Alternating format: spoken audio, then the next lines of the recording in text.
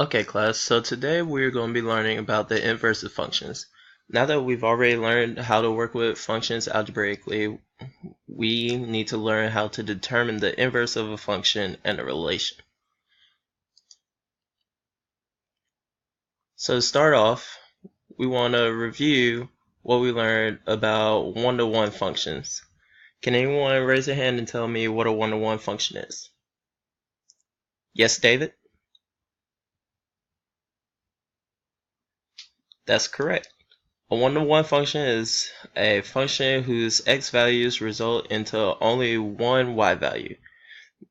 We learned about this when we were testing functions using the horizontal line test to see if any functions gave us more than one y value and failed.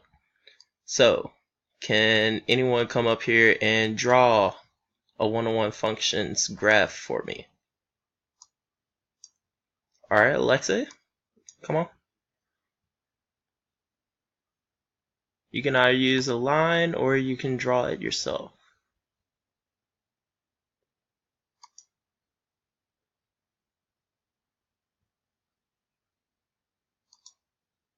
Alright.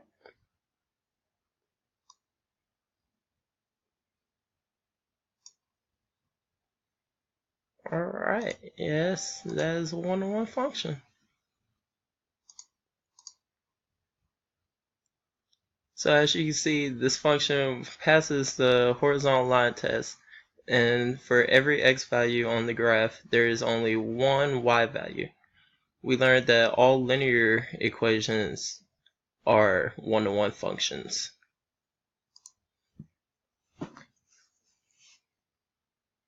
So now that we got that down, we need to introduce you to the inverse of a relation. So a relation is when you have the components of a function, the x and y values, and when you take these two components and interchange them, then you come up with a whole new relation, and that relation is known as the inverse. So here I have a chart of a relation. You have 4, 8, 3, 3, 6, 4, and 7, 1. So in order to get the inverse of this relation, we're going to have to interchange each of these y and x values. So for the first one, it's red.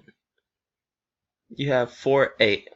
So you would interchange 4 for the y value and the 8 for the x value. And you would do the same thing for the remaining relation.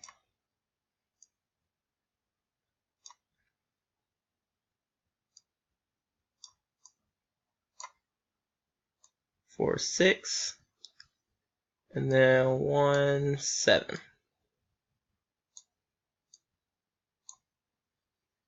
So, now that y'all have been introduced to that, can anyone come up and show me the relation, the inverse of this new relation? Alright, Jasmine, come on up.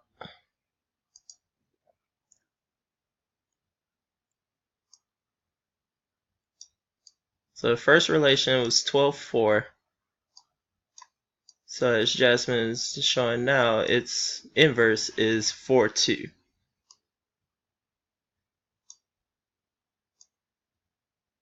Then the next one you have 2, 5. Yes.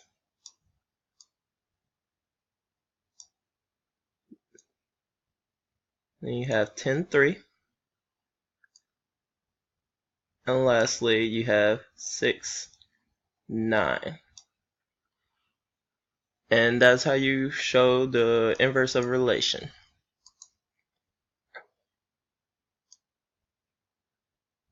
So the next step is finding an inverse using a function. So we learned how to solve for y algebraically using functions. Now we need to learn how to find its inverses using the same algebraic steps. So first, we need to learn all the steps to find an inverse. The first step being interchanging the x for the y or f of x value. Second step, you want to solve for y using an algebraic method. And the last step, you want to check your inverse by combining the new inverse and replacing this x with the old function. And when you do this and solve for y, you should get y equals x. So here I have the function y equals negative 2x minus 4.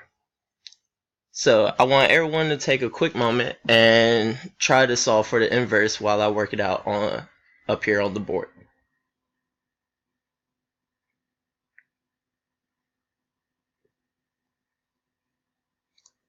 So the first step you want to do is you want to interchange your x with your y.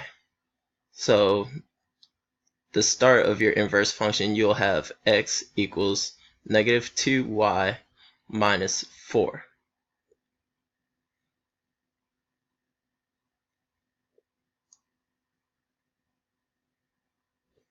Next, you want to start using the algebraic method to solve for your y. So first you start by adding 4 to both sides, and then you would divide by 2. So now your new function you get is y equals negative 1/2 x minus 2.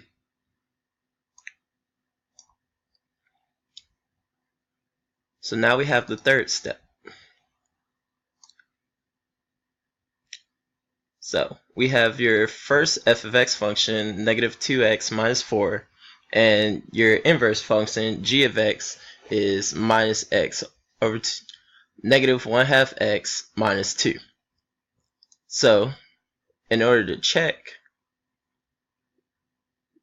you want to replace the x of your g of x with f of x. So here you have, here's your f of x here.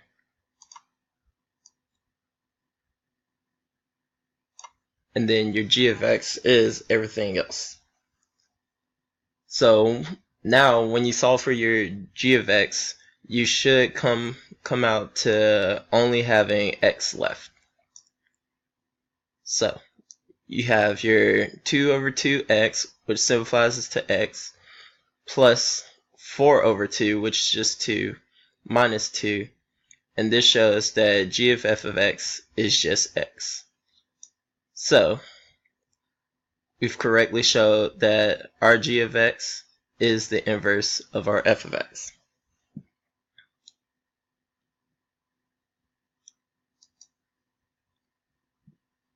Alright, so now the last thing you need to learn is the graph of inverse functions.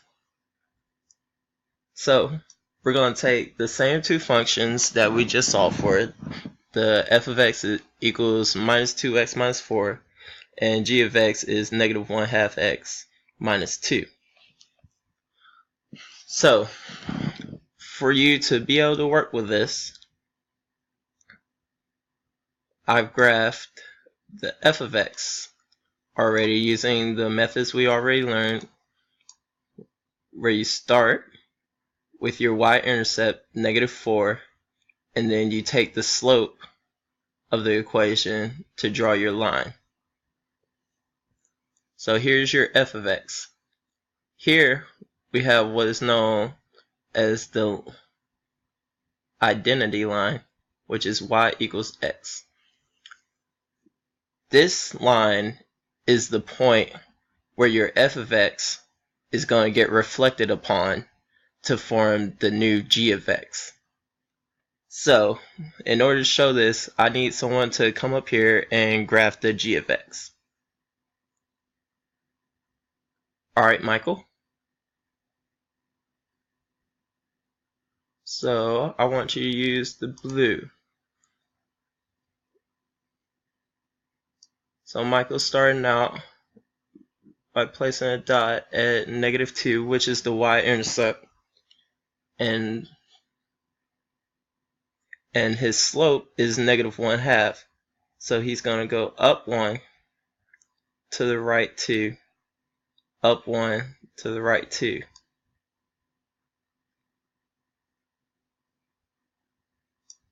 Actually, Michael, that's not correct. You're going to go up 1 and to the left because your slope is negative. So your function should slope down. So you're going to go up 1 to the left 2 again. And your new dot is going to be right here. And from there, you can draw your new line. So your new line will start from, we want blue.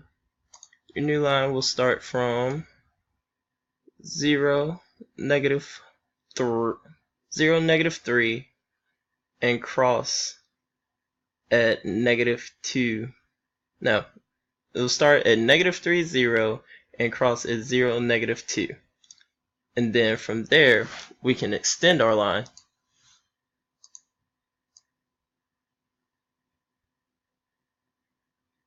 to show the rest of the function.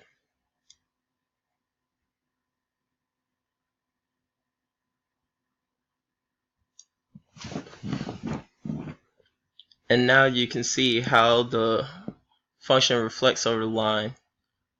When we add the dots back, no, still want that to be blue. When we add the dots to your red function here,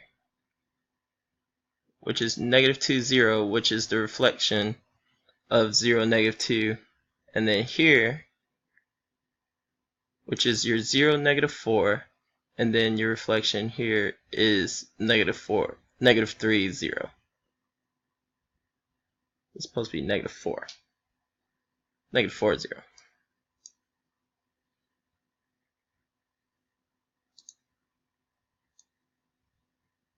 There we go.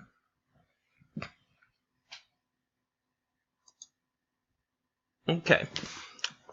So it seems that we're running a little bit short on time.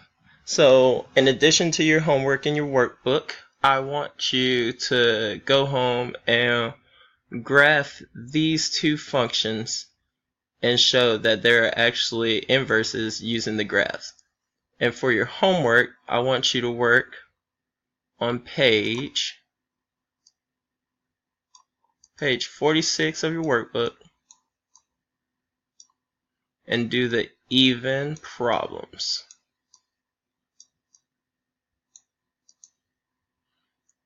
And that's all we have to do today. So I'll see you all tomorrow.